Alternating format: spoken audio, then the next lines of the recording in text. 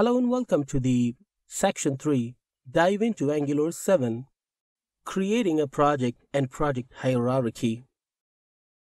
In this video, we will use Angular CLI to create projects in Angular.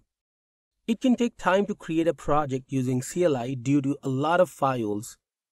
We need to understand the hierarchy before moving forward. This point is actually really important because this is where we mainly stuck, because there can be a lot of points we need to understand before going into the Angular project. You would see a lot of files, so you need to understand how they work. To create a project in Angular, we need to go to the terminal. So here I'm going to the terminal first. There I can see the terminal, and now I'm going to make the project. We use the prefix ng. ng command is the command for Angular. So as we install the Angular CLI, now the ng will actually work. Space new. Now new means I'm going to create something new, absolutely a new project by now, and then I just need to write the project name. The project name can be Angular app in line break. Okay, now it's working. It can take a little time, so be patient and wait for a while. It's gonna download the complete Angular and implement that Angular project in the Angular app folder. We're gonna see the folder here. Absolutely, it's gonna take time. Yeah, now the first question is, would you like to add the Angular routing? Don't forget what it's asking, because it's gonna be very important in later chapters. Angular routing, I'm just telling it's yes. It's for making the project. Why? Yes. The Angular routing is for making a multiple pages project or multiple page application where you want to navigate from one page to another page. Now, it's asking about the style sheet. Do you want to use the stylus, the Sass, the SC, SS, or the CSS? I'm going to use the CSS by now. You can use your own if you have some. Line break, and now it's creating the project. You can see that the folder has been created, Angular app, but it's still creating the other files. So we need to wait a little more to make it done. Now, once you can see that it's done and you got the option to create another command, that means it's absolutely done. You can see that added 1143 packages from 1182 contributors and audited 401 and 5 etc. It can be a different value, we can install and download this in different times. So anyway, there is the Angular app I've installed. It has some folders. We need to understand those folders. First of all, this is the package.json file. The package.json file clarifies the complete Angular, the base application information, like we need the name of the application, the version of the application. We would run the application using the ng-serve and build the application. There's a little difference between running and building. Building means you are actually building the project for, you can say that, the development mode and the production mode. So making a project into the production mode called building the project. To start or run the development project, we use ng-serve because this is what we mentioned here. And if you want to test it, we can use the ng-test and the latent E2E. There are some more elements like what things we need for this project. The dependencies, the animation, the compiler, the core, the forms, the platform browser, and things like that. You can see that different things, RxJS, and the div dependencies, and you can see that the Karma, the TypeScript we are using the 3.2.2 by now. Okay, now the packages we need for the project, and this is the config file, means the configuration, like we would be targeting the you can see the ES6 JavaScript format and library. You can see that here is the library we're using, like 2018 etc. I'm going to go to this one, the AngularJS, and here if you notice, the basic settings of the project, like the source of the project is in the src, the type is application, the prefix we're using is app. So this is the prefix for now. The version is 1, some other information like that. You can see that the scripts and the the assets, the scripts. This is Angular setting of the project. Okay, now we're not gonna do anything with this E2E folder. It is not even necessary. Then we go to the node modules. This is the folder we don't even touch, because this is the area where everything of the npm got installed and downloaded. So you can see that the Angular, the Babel, the ng tools, the types, a lot of folders you will find inside that. This is not necessary and not important for us. So just make it collapsed like that. It's not necessary, just the npm folder. So we do everything in this folder, the src. Now in this folder, there is a folder called app, the favicon ICO, the favicon for the website, the index.html, the style.css, and the test.ts, the main.ts. Now I'm going to tell you a few things.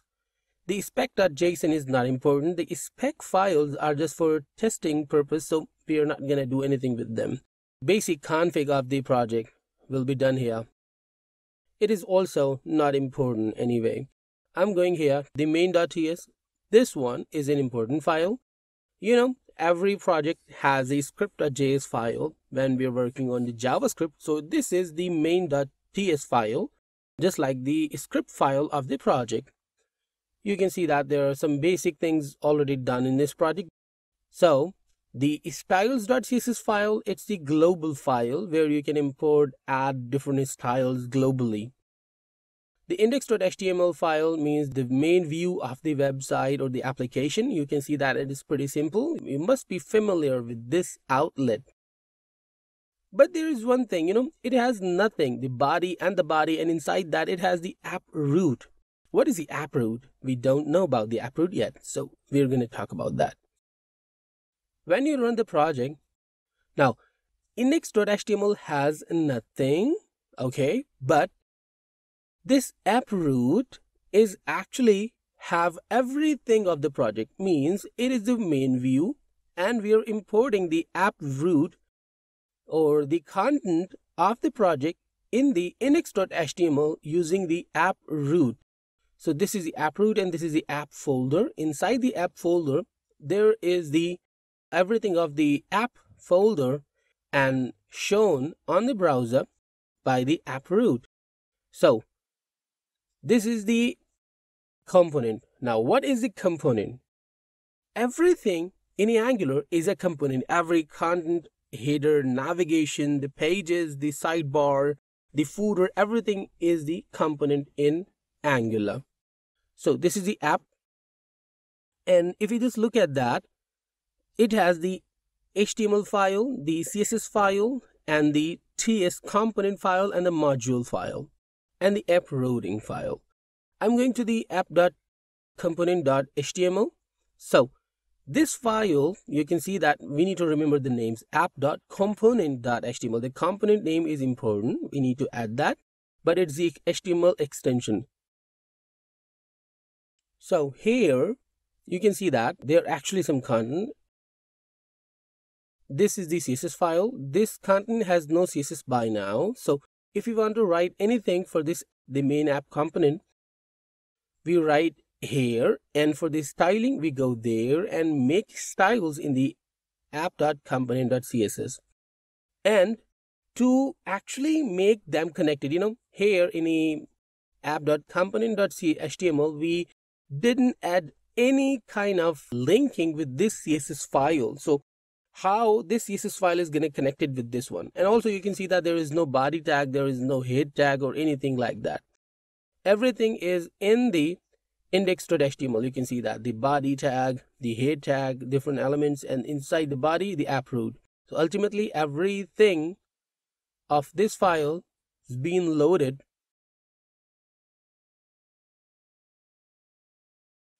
here using the app root. Okay. Now here back the component. What is the component.ts file? The ts is equivalent to JS file anyway. So this file is actually connecting. First of all, it's declaring a selector. This is not necessarily the app root. You can write anything. If you change the name of this selector, you ultimately have to change the new value there too. So if you want to select this app component or paste anywhere that app component, so you need to use this selector, and this component's template URL means the HTMLization of this component is in the app.component.html.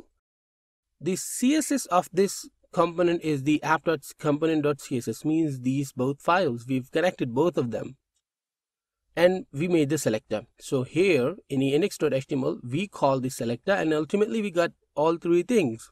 Now here, the class and app component, the title, the Angular app, the class is actually, the element already understand. TypeScript chapter. So we are exporting, we are using the export and import element. So if you remember, we talked about the modules. So we're exporting the class element and we're exporting the title with the Angular app. We can also use the string way, typed way, like we can mention that it should be the string anyway. So because this is the TypeScript way ultimately. Anyways, the modules. This is the business logic of the application. This connects everything together. You can see that. First of all, we're importing some features for the module. Then actually, I'm going down and we're telling that what should be imported. The app routing module, the browser module, Bootstrap app component. Whenever we add any new component, that component will be added to there. Anyway, we would understand when we make a component. Then we're exporting the app module component, means actually we're exporting this file. So this actually connects everything together. So this is how the hierarchy of the Angular works. Now the app routing.module.ts file, what is this file? We discussed, I told you that don't forget that selecting the navigation area, the routing chapter. So here we actually make the routes. We will learn about this file later, but just informing you. So anyway, this is the Angular hierarchy and this is how Angular works.